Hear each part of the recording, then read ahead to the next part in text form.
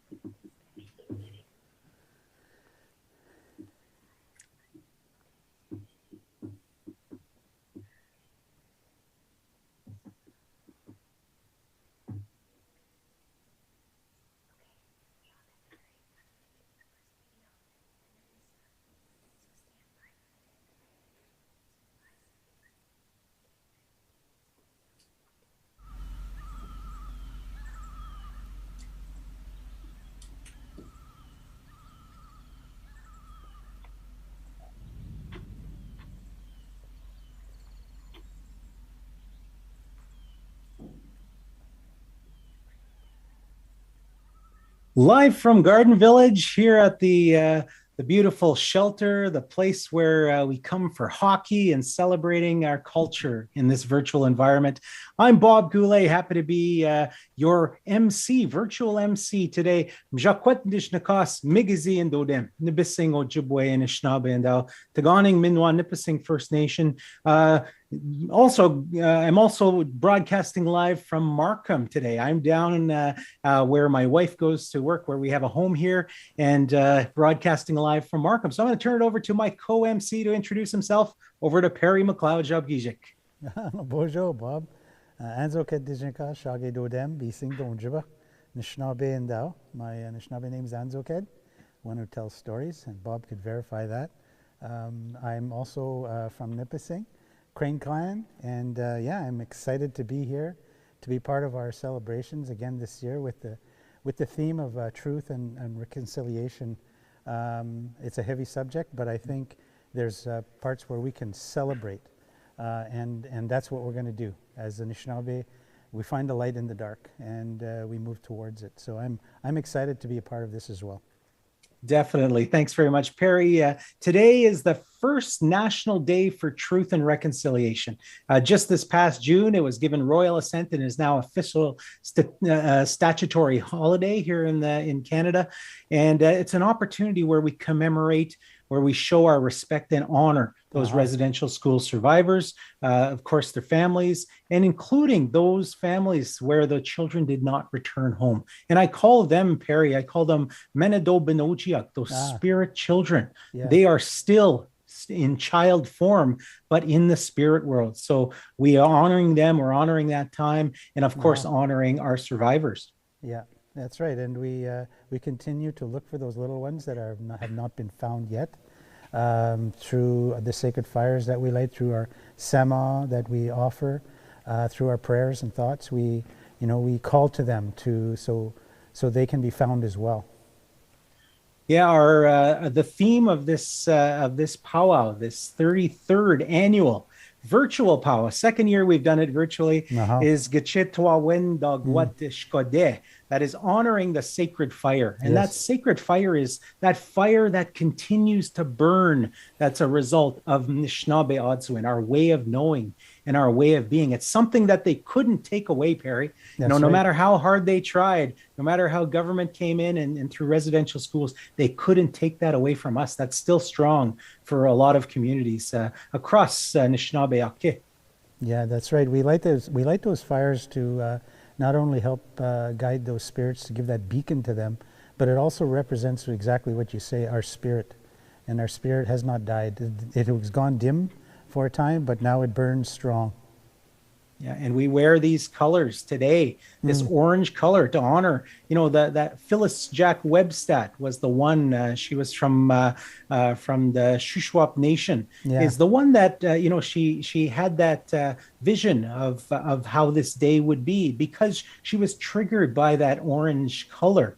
Yeah. And the famous story goes that we're going to hear through this next video. It's really about how that shirt was taken from her. But in the extension of that, you couldn't take everything from her. So That's she right. maintained, that pride. She maintained that vision of where she is and made a great life for herself, despite, going to residential schools. And Yeah, that's a and story we hear all across our territory. That's right. And like many things that were taken from us, we are taking them back. And it's part of who we are, which is why so many of our people are searching for themselves, looking for themselves through that cultural revival that's happening across our land. So there's good to come from this, and it's important that we stay focused on that light, on the fire, but we also recognize and acknowledge the darkness too that's happened. We're going to give you our first video, and it comes also includes one of our community treasures. My next door neighbor on Gerald Crescent is June Commanda, of course, longtime counselor. And I was just telling this story earlier today to a group that I did a lunch and learn, that I helped June with her very first campaign when she ran for council. Oh, now you're bragging, Bob. She sat on council for 30 years. She was our deputy chief for a couple of terms, but she has really gained that strength and bravery to tell her story, to speak about her experience. That's right, and her story is part of what has made her, such a strong elder in our community. It's not something you decide; it's something that you become, and it's the community that puts you in that place. And June certainly has never asked for anything other than the things that belongs to her as an Anishinaabe. But yet the work she's done and the experiences she's had has made her into that elder that we look up to. That's right. So I'll turn it over to this video, which features June Commanda and Christina Bocage. Over to the video.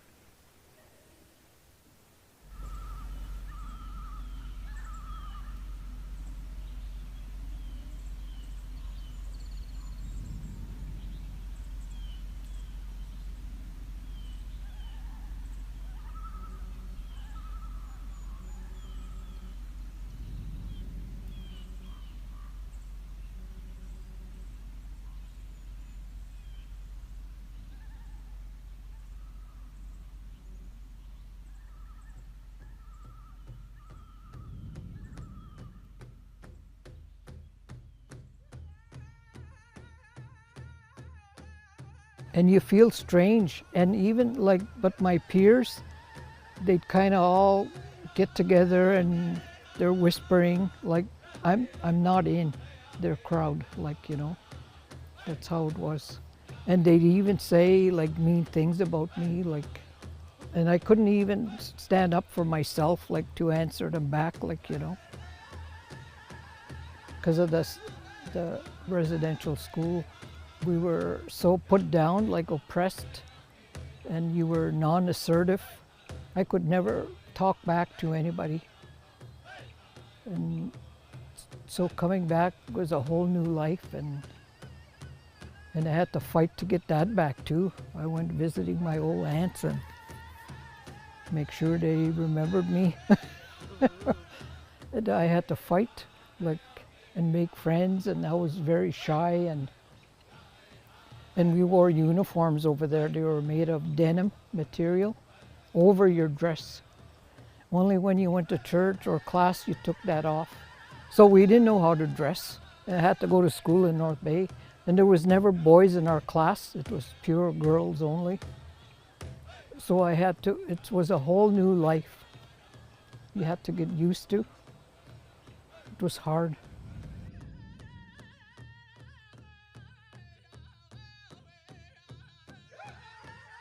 When I think about the missing children that were found, when I think about residential school and how it still resonates through our lives, and how it affected my life.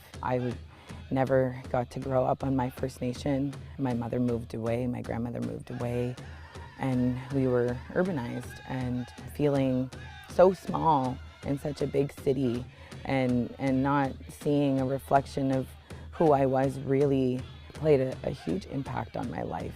Now that I've found my culture, because I didn't have that, and that's an effect, you know, of residential school. That's an effect that a lot of people still face. I was lucky that my community, when I first came here, I knew that I never wanted to leave. I felt like I was finally at home and at peace, and a place where I knew that I was going to raise my family. I didn't want to raise them anywhere else. And learning from my community about, you know, sewing and reconnecting with elders and aunties that I didn't even know that I had, that to play a huge part in my life and a huge part of my learning, a huge part of helping me become a mother.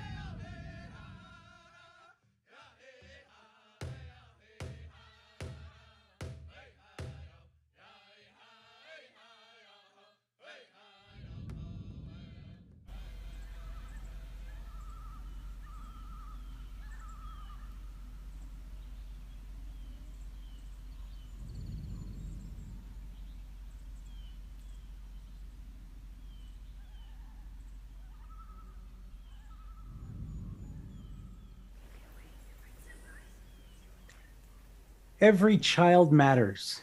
They mattered in the past, they matter today, and they're going to matter in the future. And it's hard to believe, you know, when those that discovery, or so-called discovery, at the Kamloops Residential School came about, there was so much anger, so much people couldn't believe it, the horror, you know, the re-traumatizing of our survivors.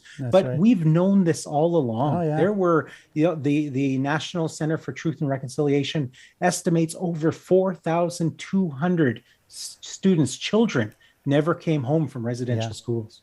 That's right. These are things that, like you said, we knew, our survivors knew. These were stories that were told for years. And yet, for some reason, you know, our people weren't believed. And those first two videos are great because they show the experience of the survivors and then the next generation and how it affected through the communities, in all of our communities, and how culture has been a medicine that has brought things back, and how we've turned to the drum in our ceremonies and our gatherings to you know, bring that medicine back to heal. Yep, it's a solemn day today of healing. It's also a day of also celebrating, as you say, Perry, that we've survived, that the residential school survivors carried on to this day. So we're really really happy, and we're proud of our elders. We're proud of June. We're proud of those that are able to tell their stories to this day. But this is also a great week of celebration for Nipissing First Nation. We are going to have our 33rd annual powwow, virtual, for the second time this Saturday. So it's a great time for powwow. Are you ready to powwow, Perry? Oh, I am. Are you? Oh, yeah, I think so. Yeah, I'm looking forward to it. So Perry and I are going to be your master of ceremonies yet again, featuring a lot of dancers from our communities, some videos that have been produced ahead of time. Our host drum, Burning Plains, is going to be on standby. Yeah, that's right. Our head veteran, Jason Nakaji, is going to be joining us. And, you know, our powwows are always led by the veterans. And that's something that comes to us from those teachings of powwow. So the importance of including our veterans is so important. Yeah, and you know, originally, my understanding, the powwows came from those ghost dances, those celebrations, and also, you know, standing up for our right to live that good life, that Minoba and you know, and that's what we did. And this next video with Tori and Tam, it speaks to, through the experiences they have, you know, how important it is to be able to you know, come back to your culture and use that, and how our communities and our families have helped support that. Yeah, it's that powwow. It's that culture, that visible culture that we have made use of, that we celebrate, is really given us that strength and resilience Yeah. to overcome a lot of those challenges. Our next video, of course, is going to feature our head dancers. Yeah. Tori and Oh, Tamara Ojik are going to be our head dancers this coming Saturday. yeah. So we are going to Fisher show a Clan. video. Yeah, we're looking forward to seeing the Fisher Clan dance. So Yeah. over to Tori and Tamara.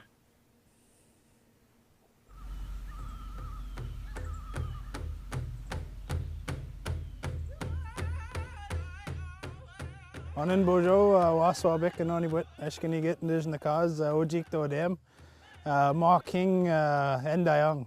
Anin sinikwe Indijnakas, Nipissing Donjaba, Taganin and Dayan, Beneshi Dodem. When I first started dancing, I only had a bustle. My regalia is a representation of my community. It has my colors, but also, my family, helped me with certain pieces like this breastplate. I had Melanie Bocage and Blair Bocage and Vince Bocage, put this together. This is something I still carry with me. But really, it's truly, when I go out to other communities, I'm representing my own community as well too. So try and do that in a good way. But really, my regalia and all the things that I have here is a true representation of what my community is. It makes me who I am as well too. I think this year, I want to think about when we're dancing. Our dancing is healing, and there was a time when we weren't allowed to dance. And I want to also think about the time that we're in, where many of our communities across Turtle Island, they're beginning to discover missing children in unmarked graves. I dance for those little ones, and those spirits that have went on. It goes to show that how strong spirit is, because when we lose somebody or we lose a family member, child or old one without any closure, it'll remind us of how strong that spirit is, because we'll continue to seek and seek and seek that spirit.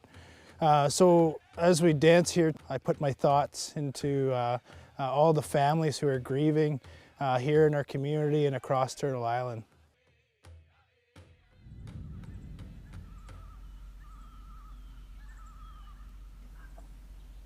Thanks very much. A beautiful video featuring our head dancers. Looking forward to this powwow happening this Saturday, October 2nd.